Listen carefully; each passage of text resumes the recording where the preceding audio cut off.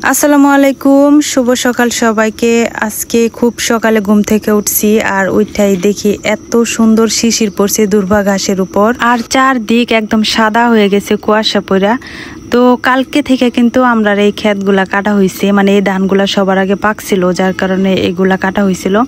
তো আজকেও কিন্তু ধান কাটবো, কিছুক্ষণ পরে হয়তো বা ধান কাটার লোকজন আসবো আর কি। যেহেতু শীতকালটা আমার অনেক বেশি পছন্দের, যার কারণে কিন্তু শীতের সকালগুলো আমি উপভোগ করতে একদমই মিস করি না। অন্যান্য সময় যদিও আমি অনেক দেরিতে ঘুম থেকে উঠি, তবে শীতকাল আসলে কিন্তু আমি একদম সকালে ঘুম থেকে উঠি। তো আমি এর আগে একটা ভিডিওতে বলছিলাম যে আমি আসলে হঠাৎ করে এত সকালবেলা ঘুম থেকে ওঠার অভ্যাস করতেছি। তো এটা শুনে অনেকেই কমেন্ট করছেন যে আমি হয়তো নামাজ পড়ি না, যার কারণে দেরিতে ঘুম থেকে উঠি। আসলে আমি যখন আজান দেয় তখন আমাদের ঘরের সবাই কিন্তু ঘুম থেকে উঠা যায়, আর ওই সময় আমি উঠা হলো আমার বিড়ালটা খাওয়াই, তারপরে নামাজ টামাজ পইরা আবার আর কি ঘুমাই, কারণ ওই সময় কাজ থাকে না। তো সকালবেলার ঘুমটা তো সবারই অনেক বেশি প্রিয়, ঘুমাই গেলে আর উঠতে পারি না, অনেকটা দেরি হয়ে যায়। তো যাই হোক, গতকালকে যে ধানগুলো আমরা কাটছিল, এই যে এগুলা আমাদের খোলার মধ্যে না রাখা হয়েছে, আর আজকে কাটলে তারপরে একসাথে সবগুলো হইতেছে মারা দেওয়া হইব আর কি। তো একসাথে তো সব ধান কাটা হয় না, দেখা যায় যে সপ্তাহখানিক পরে যায় একসাথে অনেকগুলা ক্ষেত কাটা হইব, তারপরে আবার 1-2 দিন গ্যাপ যাইব। যারা ওই যে আমরা ধান কাটতে দিতেছে তারাই কিন্তু ঘরের জন্য নেড়া কাটতে দিব আমারে, মানে যেগুলা দিয়ে আমি ঘর ছাই আমার কি। পরে তারা আবদার করছে মিষ্টি খাইবো, তো বাজার থেকে যে আব্বারে দেয়া গজা মিষ্টি আনাইলাম, এখন হচ্ছে যে তারারে দিয়াই গা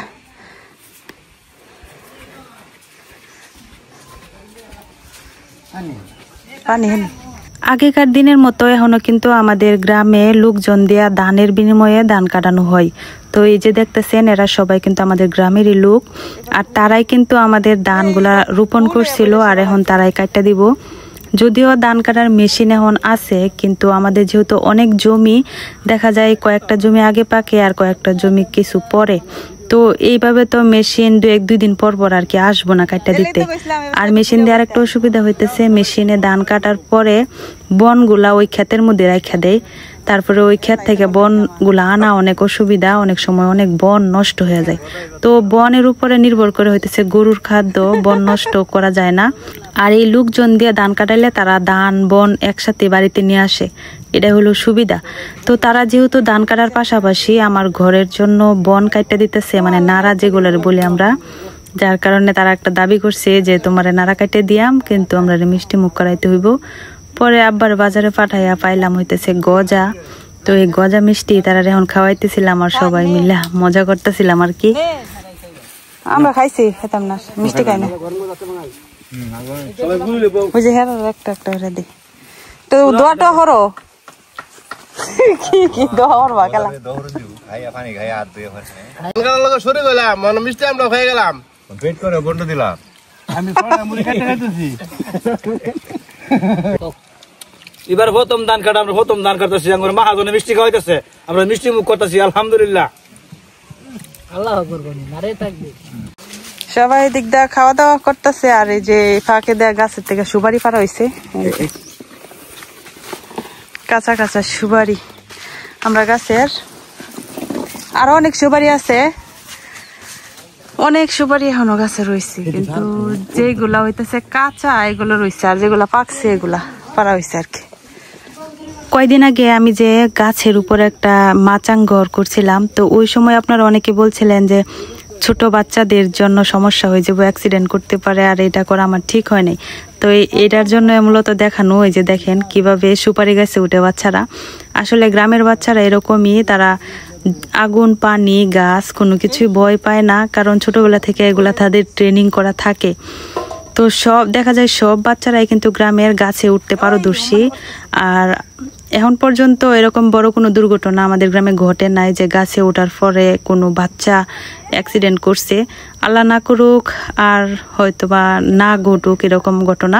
তো যাই হোক, দেখেন সুপারি গাছের কত উপরে উঠছে, ওইটা হলো সুপারি পাড়া দিতেছে, মানে তারাও কিন্তু সুপারির বিনিময়ে সুপারি পাড়ে। এক একটা গাছ থেকে সুপারি পাড়া দিলে গাছ প্রতি তাদেরকে 5টা করে সুপারি দিতে হয়, তারপরে তারা এই সুপারিগুলা বিক্রি করে হইতেছে, মানে মজা টজা খায় আর কি। তো দেখা যায় যে 2-1 দিন পর পর এরকম দল বান্ধা অনেকগুলা পিচ্ছি পোলা পানি আসে, আচ্ছা আইসা বলে দেয় যে সুপারি পাইরে দিয়াম, অন্য কাউরে দিয়ান না, আমরা পাইরে দিয়াম।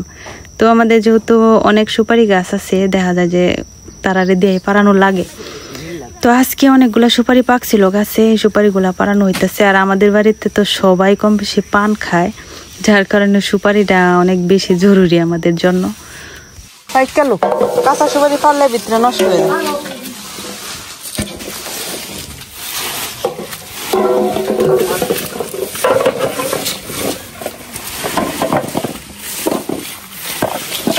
একটা 2টা গুট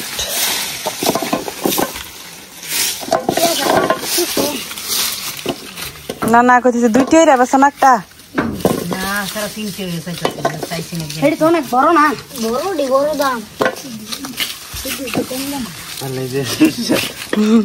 গাছে ওটা জানাস থাকলেই ব্যবসা সহজই ফুলাহান মাইছে ওটা সহজই। আমরা আগে উঠছি দড়ি বাইন দেবা শালিকের বাচ্চা হওয়ার লেগে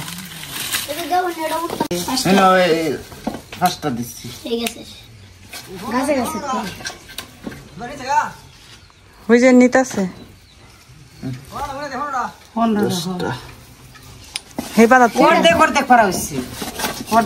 এটাতে দে হেবাদাতে দে এক কথাই দেখ হেরেতে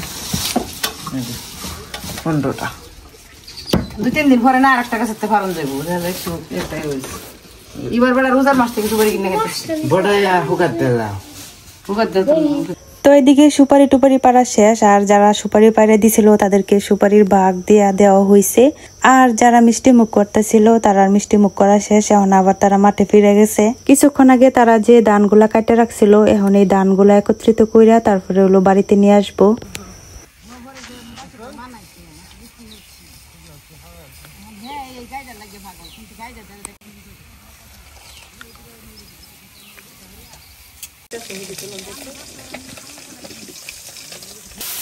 আপনি ওদেরকে হত্যা না করে আমার মোবাইলটাকে ধ্বংস করে ফেলা মেরে দিব।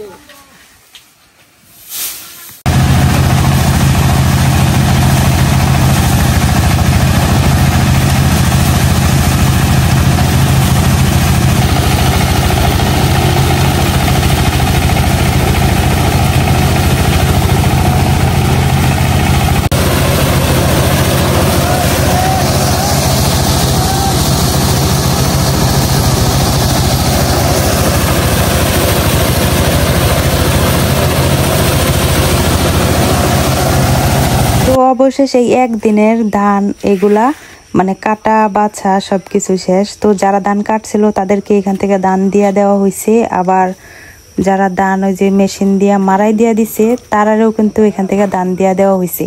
আর বাকি যে ধানগুলো আছে এই ধানগুলো হইতেছে এখন আমরা সিদ্ধ করতেছি, মানে 6 মাস খাওয়ার জন্য আর কি।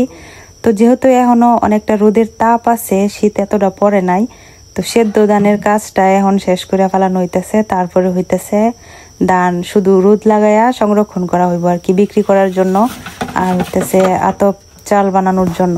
যদিও অনেক জায়গায় এখন আর ধান সেদ্ধ করে না, ধান সব বিক্রি করে তারপরে হইতেছে সেদ্ধ ধানের চাল বাজার থেকে কিনে না খায়। তবে আমরা এখন পর্যন্ত কিন্তু নিজের হাতে ধান সেদ্ধ করে চাল বানায় খাই। আমরা হলো সারা জীবন হলো সেদ্ধ ধানের চাল খাই অভ্যস্ত। আমরা হলো বাজারের কেনা চাল বা আতপ চালের ভাত কিন্তু খাইতে পারি না। এই সেদ্ধ ধানের চালের ভাতের স্বাদ আর আতপ চালের ভাতের স্বাদ কিন্তু আকাশ পাতাল ব্যবধান। যারা একবার হলো সেদ্ধ ধানের ভাত খাইয়া অভ্যস্ত তারা কিন্তু কোনো দিনও আর বাজারের কেনা চালের ভাত খাইয়া শান্তি পাইতো না। তো যাই হোক, এখন হইতেছে আমরা ধান সিদ্ধ করব, অনেক ধান এখনো বাকি সিদ্ধ করা। তো আজকে ব্লগটা এখানেই শেষ করতেছি। কেমন লাগলো অবশ্যই কমেন্টে জানাবেন। আল্লাহ হাফেজ।